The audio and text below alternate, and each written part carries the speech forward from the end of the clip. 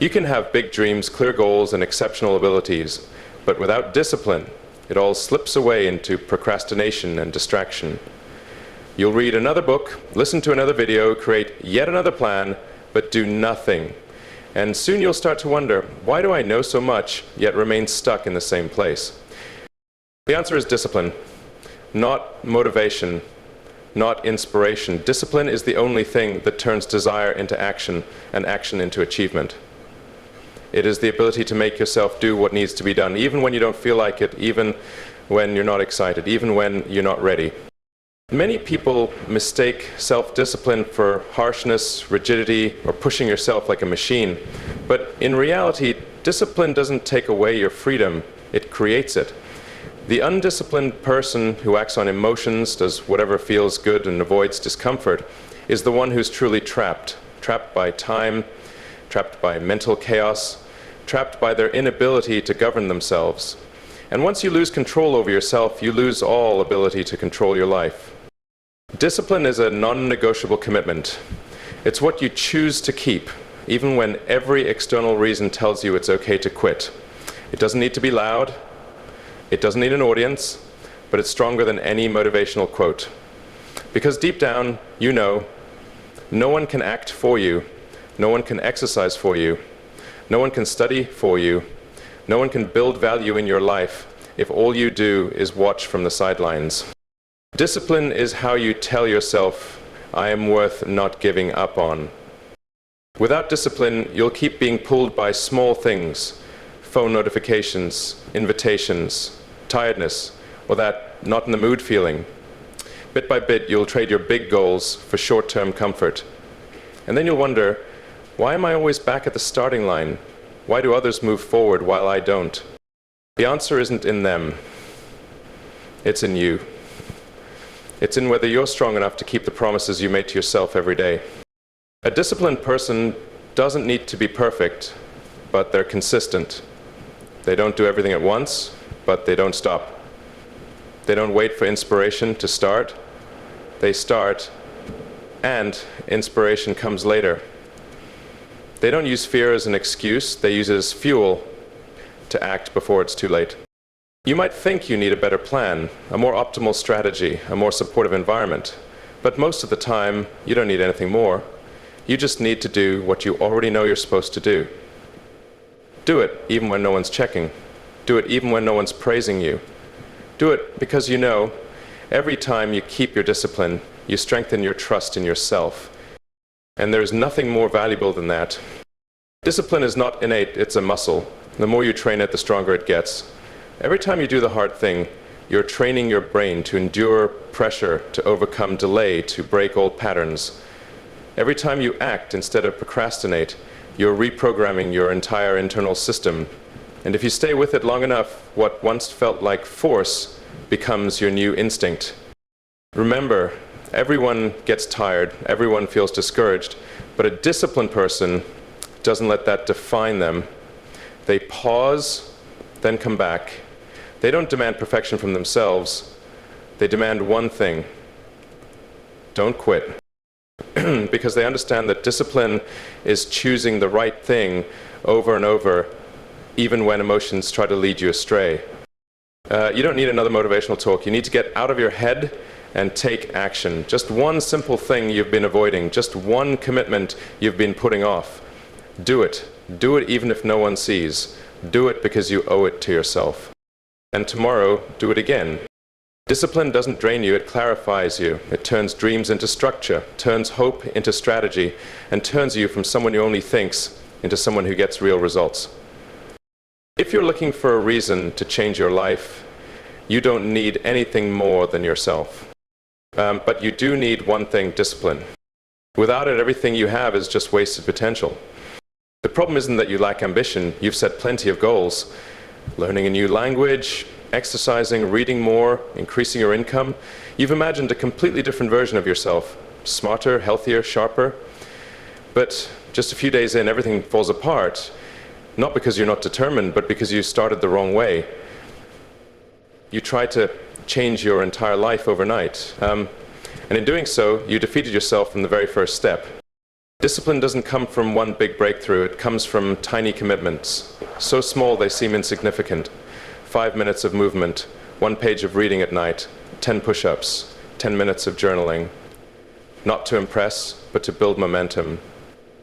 Because if you can keep small promises, you're training your brain to believe you are trustworthy, you keep your word. And that's more powerful than any burst of inspiration.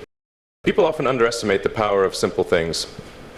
They believe they must do something big, something significant for it to count as change.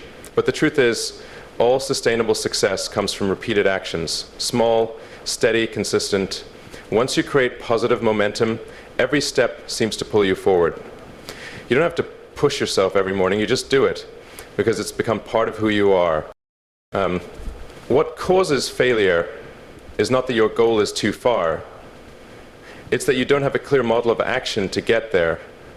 You force yourself to work out an hour a day when you barely moved before. You plan to read a book a week when you haven't finished 3 pages. The result? You get overwhelmed, you burn out, and then you quit, not because you're weak, but because you're fighting against the natural law of progress. Small commitments have one key advantage. They're doable. When you commit to something easy enough, you eliminate excuses for delay. You're no longer trapped by perfectionism. You just need to begin. And once you begin, you generate momentum. That momentum, over time, will carry you farther than any ideal plan ever written on paper. Every time you keep a small promise, you send a signal to yourself, I can do this. That's how you rebuild internal trust.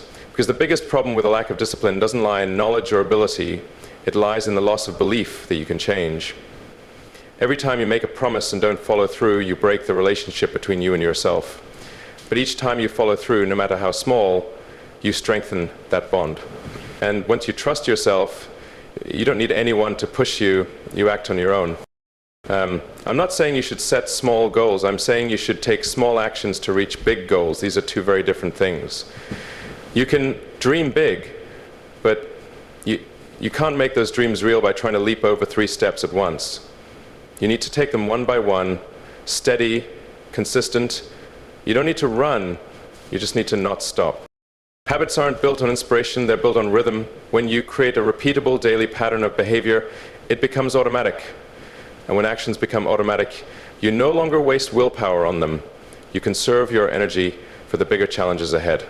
The truth is, you'll never feel completely ready. There will always be a reason to wait for tomorrow. But small commitments help you break that loop. You don't need to wait, you just need to start. Just one action, small enough that you can't talk yourself out of it. This isn't the easy way, it's the effective one. You won't reach the finish line in one giant leap. You'll get there because you didn't quit. Every small step is an expression of a choice. The choice not to leave your life to chance. The choice not to surrender to old habits. The choice to believe that if you can keep a promise to yourself today, you can change everything. And if there's just one thing you do today, then let it be this. Start. Not with a plan, not with motivation, but with one action so small you can't say no to it. That commitment may not impress you right away, but if you keep it tomorrow, and the next day, and the next week, you will no longer be who you used to be. And when you look back, you'll understand real change doesn't come from something grand. It begins the moment you stop betraying yourself once, and then again. It's not that you lack effort. It's not that you're not working. The truth is, you've been too busy. So busy you can't even catch your breath. So busy it feels like you're constantly in a race. Yet strangely, after all that, you're still standing still. Everything remains unfinished. Your goal's no closer. And a frustrating question begins to surface in your mind. What am I doing all this for? That's not a sign of laziness, that's the consequence of a lack of priority. You could spend the whole day replying to emails, answering calls, responding to messages, checking off tasks others consider urgent. But if you don't pause to identify what truly matters to you, you'll always be stuck in reaction mode. Others assign the tasks, you complete them. Others set the deadlines, you chase after them. The day passes, you do a lot, but nothing truly meaningful gets done. Discipline isn't about doing more than others, it's about doing what's right. It's the ability to say no to dozens of tempting options and choose the one thing that actually creates value. Disciplined people don't run faster, they simply run in the right direction. That's why they reach the finish line while everyone else keeps circling. You don't need a stronger engine, you need a compass. You need to pause and determine what is the big rock in your life, the one goal that, if achieved, would make the rest easier or even irrelevant. It's not a list of 20 things, it's one or two things that, if left undone, would render all your busyness meaningless. It might be your health, a core skill, a relationship you need to repair. Everyone has their big rock, but what's universal is this: if you don't put it in first, you won't have space for it at all. Imagine your time as an empty jar. If you fill it with sand first, tiny, trivial, distracting things, you won't have room for any rocks. But if you put the rocks in first, the sand will find its way into the gaps. Smart people aren't those who do everything. They're the ones who know what's worth doing first. Prioritization demands an uncomfortable skill, saying no. Saying no to tempting invitations, to what feels familiar, to short-term comfort. Every time you say yes to something unimportant, you're saying no to what could change your life. And you know this, you felt it before, the emptiness of a busy day that meant nothing. The feeling of checking off your entire to-do list and still sensing that you didn't do what mattered. That's your wake-up call. And you can't keep ignoring it. Discipline isn't rigidity, it's intentional flexibility. It's the ability to continuously adjust your actions based on a long-term vision. You're not a machine processing tasks, you are the navigator of your own path. And if you don't take control of your direction, no one else will. Before your day begins, pause for 3 minutes. No need for a long plan. Just ask, what is the one thing that, if I accomplish it today, would make the whole day meaningful? That's your rock. Everything else is just sand. Don't let the noise drown out the signal. Don't let the feeling of being busy hide the truth that you're not actually moving forward. Without clarity, there can be no focus. And without focus, you lose discipline. Discipline cannot function in the dark. It needs direction. It needs you to know why you're saying no to the easy things so you can hold on to what truly matters. Once you identify what's most important, every other decision becomes easier, not because they're simpler, but because you now have a standard to choose by. The question isn't how much are you doing? It's, are the things you're doing getting you where you want to go? If the answer is no, then you're busy but not effective. You're moving but not progressing. And that's more dangerous than being stuck, because it makes you think you're growing when in reality you're stuck. You don't need more time, you need less distraction. You don't need more motivation, you need fewer meaningless tasks. And to make that happen, you must begin with one simple but powerful action. Identify what matters most and commit to doing it before everything else. Everyone has the same amount of time, 24 hours, 1,440 minutes. But the difference doesn't lie in the numbers, it lies in how you use them. You can spend today building momentum for a year of transformation, or you can trade it for things you won't even remember 3 days from now. What separates those two outcomes is this: whether you schedule your time and whether you honor that schedule as a life or death promise. Scheduling isn't the habit of control freaks. It's the habit of those who understand how fragile energy is, how brutal distraction can be, and the truth that if you don't plan your life, someone else will do it for you. If you don't define your priorities ahead of time, you'll default to spending your time on lesser things. You'll react instead of act. You'll live on someone else's urgency instead of your own pace. And then you'll end the day feeling like it slipped away without being able to name anything that truly got done. I don't write a daily schedule because I like functioning like a machine. I do it because I know I can't rely on willpower all the time. I don't need to ask myself, where should I start? I already know because I decided it in advance when I was calm, clear-headed, and not yet hijacked by emotion. That's how I minimize hesitation. And when you remove hesitation from the execution process, you get more done than anyone waiting for motivation to show up. Time isn't flexible, but you can be. true flexibility doesn't come from not having a schedule, it comes from knowing when to adjust without losing your rhythm. Someone with a clear schedule isn't rigid. They're just disciplined enough to know which tasks are important enough to protect from interruption. The schedule isn't there to control every second, it's there to protect your golden hours, the hours that can determine the outcome of your month or even your year. Have you ever tried writing a to-do list and then felt overwhelmed because it was too long to even begin? The problem isn't the list. The problem is you didn't assign a specific time to each item. Without fixed time blocks, every goal becomes vague, doable, but never scheduled.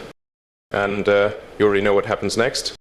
You choose the easier task, the familiar one, the one others ask for. Meanwhile, the most important thing slips into tomorrow. A simple rule: if something doesn't appear in your schedule, it doesn't exist.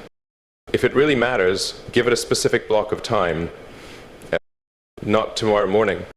So 7:30 to 8:00 a.m. tomorrow, as commitment. That's how you turn intention into reality. And if you keep that commitment long enough, you build a system. And a system will outlast any feeling. When I look at my schedule, I don't just see what I need to do, I see the person I'm becoming. Patience. A schedule isn't just about time. It reflects what you believe is worth prioritizing, but it shows where you're heading. If you don't like the answer, don't try to fix your feelings. Fix your calendar. Because if you don't take control of time, time will take control of you, and it usually leads you somewhere average. You know, some people say, I work better without a schedule. The truth is, you only work easier without structure, not better. The most exceptional people I've ever known all have dedicated time blocks for their most important work.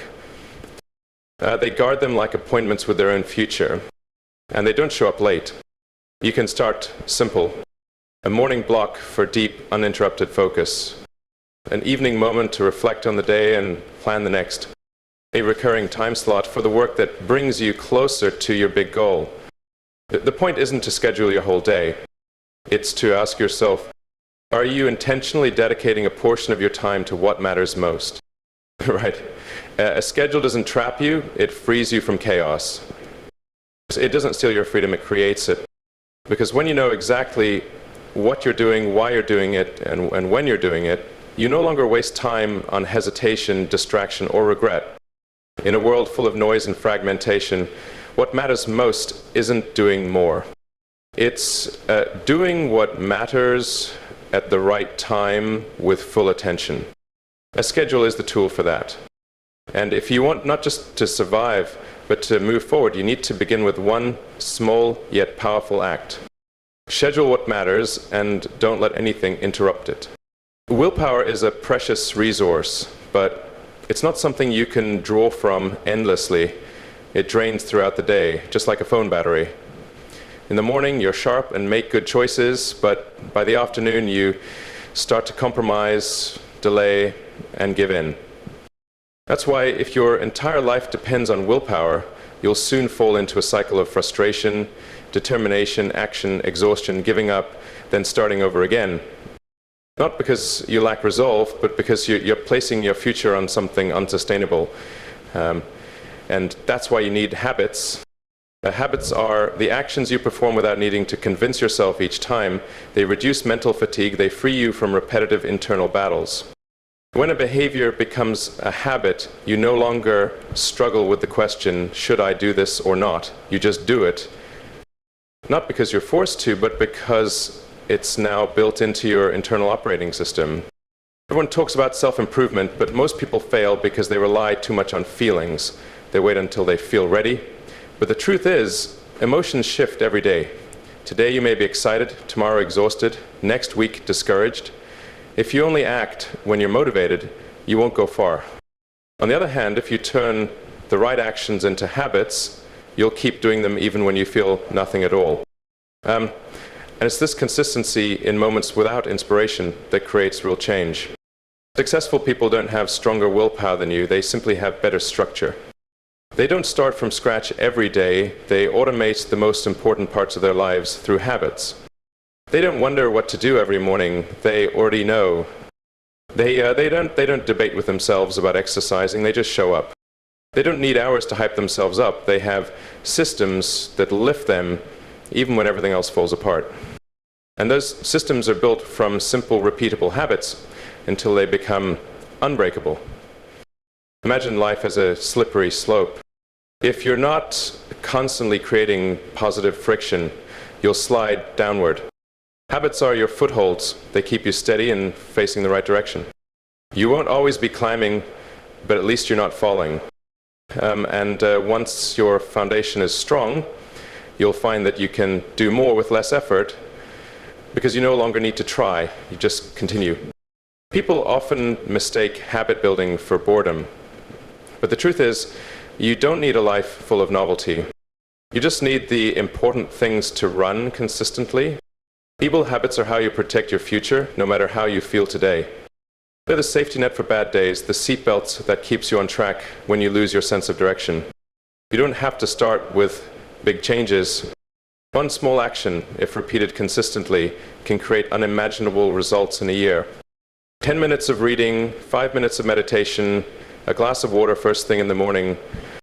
None of these sound impressive, but the impressive part isn't the scale, it's the consistency. You don't have to change everything. You just have to do one thing right long enough until it transforms everything else. Here's what matters. You don't build habits for show. You build them because you know you can't rely on willpower forever. There will be days when you're tired, disappointed, ready to quit. And on those days, it's your pre-built habits that will act in your place. You won't need to argue with yourself. You'll just do what you've always done. And that quiet persistence, especially on the hardest days, becomes the most valuable part of your journey. Ask yourself, how much of your life still depends on emotion and how much has been standardized into habit? Because the difference between those who achieve their goals and those who only talk about them isn't desire, it's their action mechanism. And habits are that mechanism. If you're looking for freedom, don't look for it in inspiration. You look for it in systems. Look for it in small, consistent, intelligent habits. Because in the end, what carries you through the confusion and fatigue isn't willpower, it's the habit you built before you needed it. And if you don't have that yet, then today is the time to start. Not to be perfect, but to prepare for the day when you'll no longer have the strength, yet still want to continue. You're living in a world where everything can come instantly. Hungry? Food delivered to your door in 10 minutes. Bored? One click gives you thousands of entertainment options. Lonely? A swipe and someone's there to talk. You've been trained for instant results, and that kills your ability to wait, your ability to build, and your ability to do anything truly great. Because everything that's truly worthwhile never arrives instantly. No accomplishment ever comes after just one click. Anything deep, meaningful, and lasting requires you to wait, to commit, and to endure the discomfort of not being rewarded longer than most people can. Delaying gratification doesn't mean giving up joy. It's the ability to control your impulses in exchange for something more meaningful later. It's the power to see the ending you desire and willingly sacrifice momentary pleasure to get there. You might feel a little down saying no to a party so you can finish your work, but that won't kill you.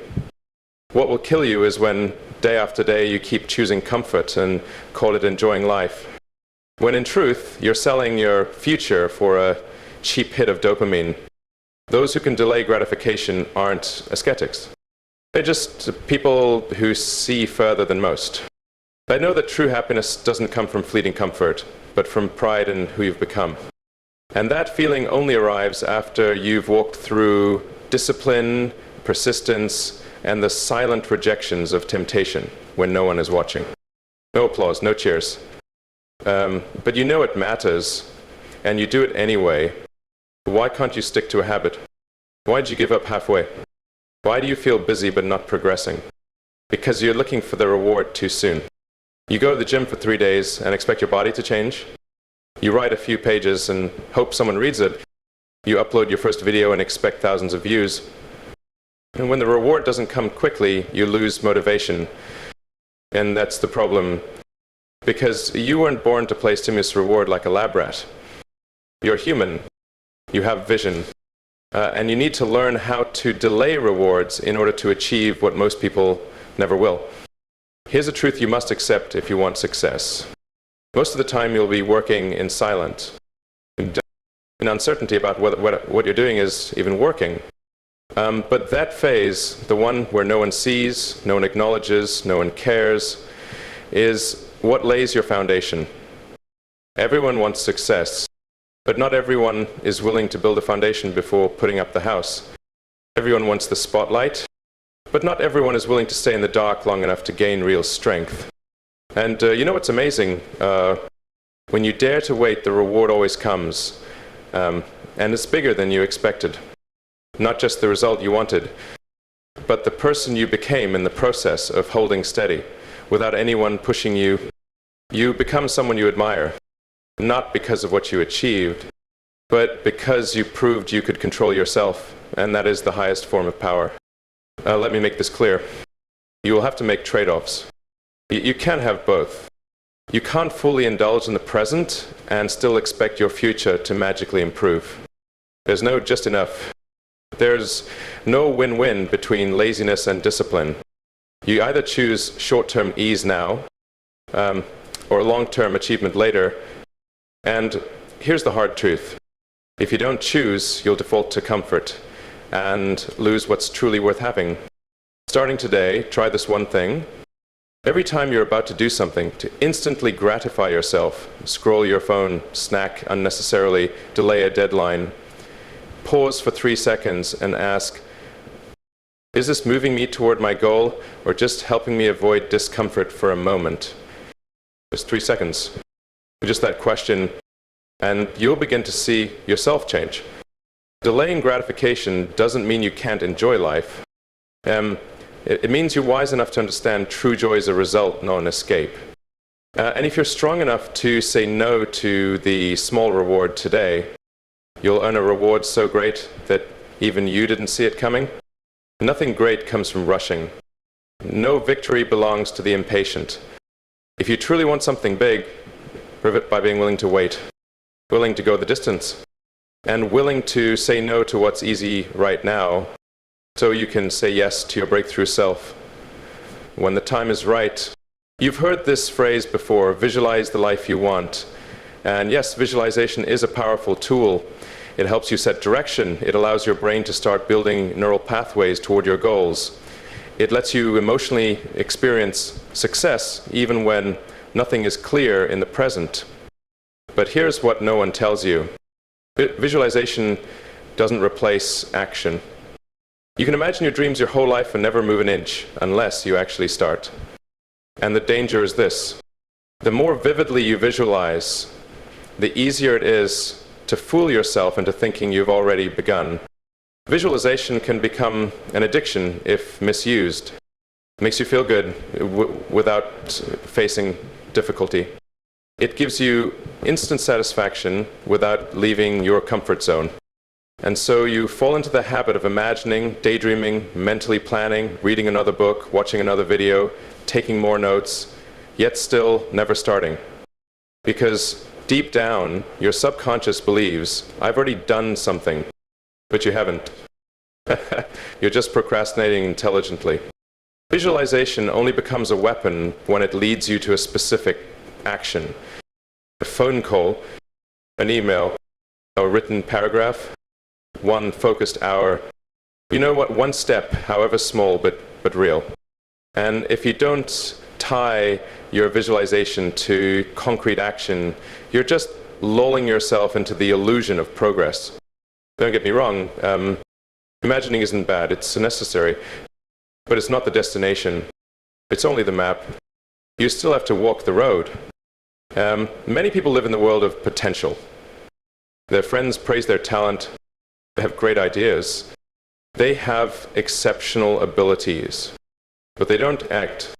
They're always preparing a bit more, waiting for the right conditions, waiting for the perfect moment. And then 1 year passes, 3 years, 10 years, and eventually no one remembers they could have done something great. Because potential, when unconverted, self-destructs. And visualization without action becomes a burden. Do you know when visualization actually has power? When you use it as a push, not as an excuse. When you imagine yourself on stage and immediately begin practicing daily, not waiting for inspiration. When you visualize a healthy body and instantly create a workout and meal plan instead of watching yet another transformation video. Good visualization gets you on your feet. Bad visualization keeps you in your seat. Here's a hard truth. You don't lack knowledge. You don't lack inspiration. You lack the courage to begin before things are perfect. Visualization will only deepen your frustration if you use it to avoid action. Each time you dream of a beautiful future but take no steps, you damage your self-trust. You start seeing yourself as someone who talks a lot, thinks a lot, but does very little. And over time, you stop believing in your own dreams. Not because they're unrealistic, but because you've shown yourself, I'm not committed enough. I'm not asking you to stop dreaming. I'm asking you to assign a specific time to each dream. A dream without a deadline is just fantasy. Pick one thing you've been visualizing in your head and take one clear action today.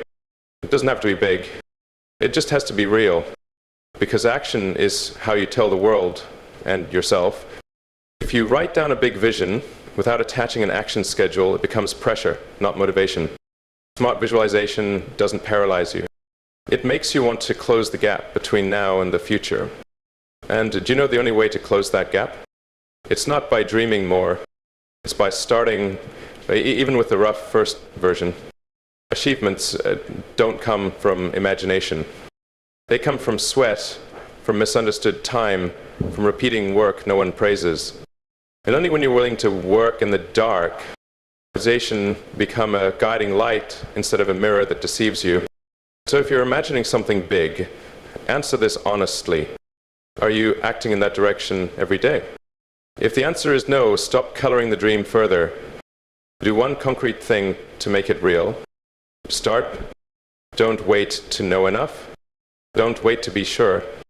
Smith, visualization is a weapon, but only when you pick it up and fight. Temptation isn't a surprise enemy, it's a familiar visitor, showing up regularly, usually right when you're at your weakest. Tired, drained, lonely, frustrated. Anytime you loosen your grip on discipline, temptation appears as if it's been waiting all along. And if you simply wait for it to arrive and then try to resist, you'll lose. Not because you're weak, but because you're a step too late. This isn't a game of willpower. It's a game of strategy. Winners aren't the ones who resist temptation best. They're the ones smart enough to prevent it from showing up at all. Understand this clearly. You don't decide your behavior in the moment temptation strikes. You decide it long before, through the way you structure your life, your environment, and your habits. If your phone is always within reach, don't be surprised when you lose focus. If you haven't prepped healthy meals, don't blame yourself for ordering fast food. If you don't have a clear schedule, don't feel guilty for losing hours to Netflix. Temptation isn't stronger than you. It's just faster if you don't plan ahead. What does it mean to outsmart temptation? It means you identify your breaking points in advance and you build systems to protect yourself from yourself. It means you set up shields instead of standing bare in the storm. No one is rational at 11 p.m. when they're exhausted and emotional. But you can decide at 8 p.m. that your phone goes in another room, your laptop gets shut down, and you go to bed early. So at that point, there's no temptation to resist, because you never gave it the chance to appear. This is the difference between disciplined people and those who struggle. Disciplined people don't trust that they're stronger than temptation. They just know that if they face it every day, eventually they'll fall. So they eliminate it at the door. They design clean environments to avoid distraction. They prep meals ahead of time so they don't have to decide while hungry. They set deadlines earlier than needed to create a buffer. And in doing so, they avoid hundreds of battles each week, not because they win, but because they don't have to fight. You won't become exceptional by trying to be stronger than temptation. You become exceptional by being wiser, by understanding your weaknesses and building defenses around them. Remember, willpower is limited. If you keep using it to fight temptation, you'll burn out before you ever reach your goals. But if you use your willpower to build systems, those systems will carry you even when your motivation fades. A simple example. If you know you'll scroll too long in the morning, set app limits the night before. If you snack when stressed, keep a glass of water and healthy nuts within reach. If you always delay writing, set a fixed morning schedule with an alarm. You don't need a perfect version of willpower. You need an environment that supports the right behavior, strong enough to lift you when you're weak.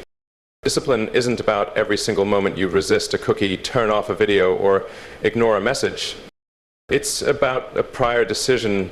I won't put myself in situations where I have to choose every time. Why do top CEOs wear the same outfits and follow the same routines every day? Because they don't waste energy on small decisions. They understand every repeated action becomes a habit, and every habit carves a path into your future. Ask yourself, where do you fall most often? In the morning, at night, when working alone, when you're tired? Then look at that, not to blame yourself, but to rebuild. Build the wall before the flood. Don't wait until the water rises to start looking for buckets. Temptation will always come. It's a natural part of human behavior. But if you stay ahead of it, you don't have to face it. From today on, stop asking, how do I resist temptation? Start asking, how do I avoid facing it at all? And once you begin to live that way, designing in advance, shaping your environment, setting clever traps for good habits, you'll realize you didn't suddenly change. You simply removed the obstacles that kept the old version of you stuck. And that's how you win, quietly, calmly, without effort, because you're always one step ahead of temptation. You want to change yourself, to grow, to reach a new height in your career, health, or life. But the moment you begin, you encounter that feeling, discomfort. Your body resists, your mind makes excuses. Everything starts to feel heavy, tiring, frustrating, and so you begin to question, maybe this isn't right for me, maybe I'm going the wrong way. The truth is, no, he's going the right way. Because anything new, anything that pushes you beyond your comfort zone will make you feel uncomfortable. That's not a sign of failure, it's a sign of progress. Modern society trains you in a very subtle way to avoid all forms of discomfort. Pain, take medication. Tired, drink coffee. Bored, scroll social media. Miss a deadline, make an excuse. And slowly, you're programmed to believe that discomfort means something is wrong. But that's a trap. Everything truly worthwhile, building discipline, changing habits, improving health, learning new skills, is not comfortable. And if you're always waiting for things to feel easy, you'll give up before you even begin. Ruth, I'm not saying you need to torture yourself. I'm sorry, what I'm saying, you need to learn how to stay with discomfort. Sit with it. Breathe with it. Observe it. Don't rush to escape. Don't rush to soothe it.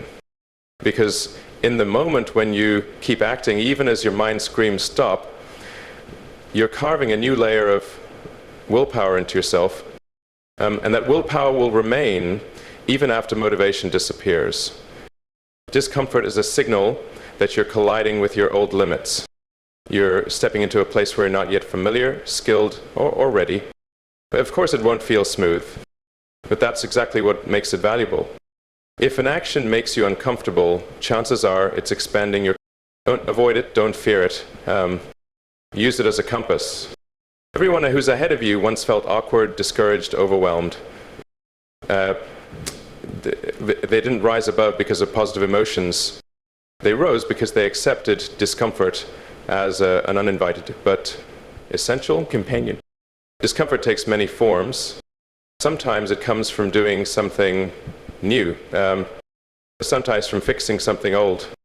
sometimes from resisting the urge to procrastinate, sometimes from saying no to easy temptations. Wherever it comes from, call it what it is. You're going through a phase of adaptation, and adaptation biologically, psychologically, emotionally, always comes with resistance. Well, it's not a reason to stop. That's a reminder that you're transforming. You know what's most dangerous? Not the pain itself, but the belief that pain is a problem. Discomfort won't kill you. Just avoiding it will. Every time you run away from discomfort, you weaken your capacity to endure. And every time you walk through it with patience, you make yourself tougher, deeper, stronger, without needing to scream, to strain, or to fake positivity. You must understand, self-growth is not a journey of escaping discomfort toward an ideal destination. It's the journey of becoming resilient enough to live with discomfort while staying on course.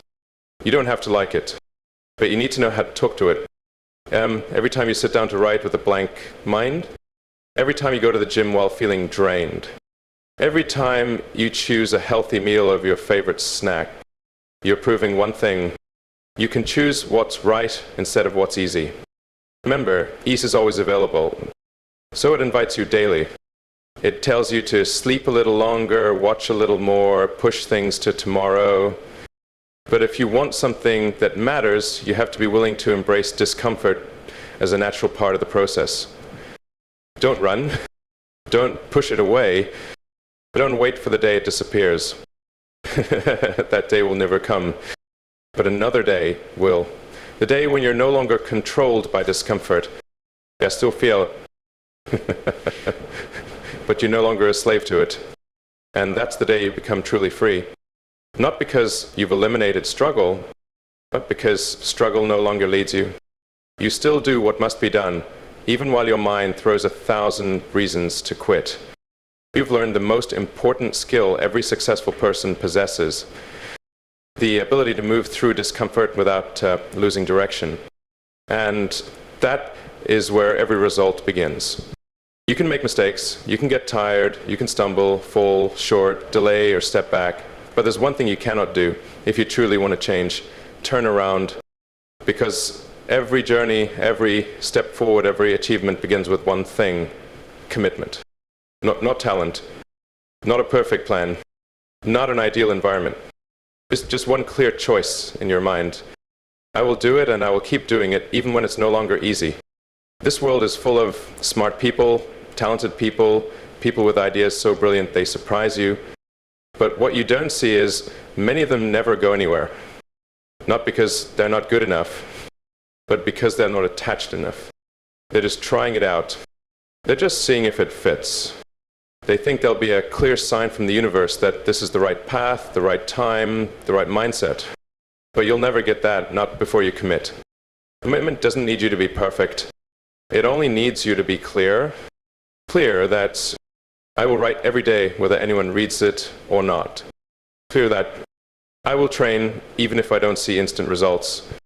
Clear that I will follow this path, not because I'm certain I'll succeed, but because I refuse to live a life full of ideas only.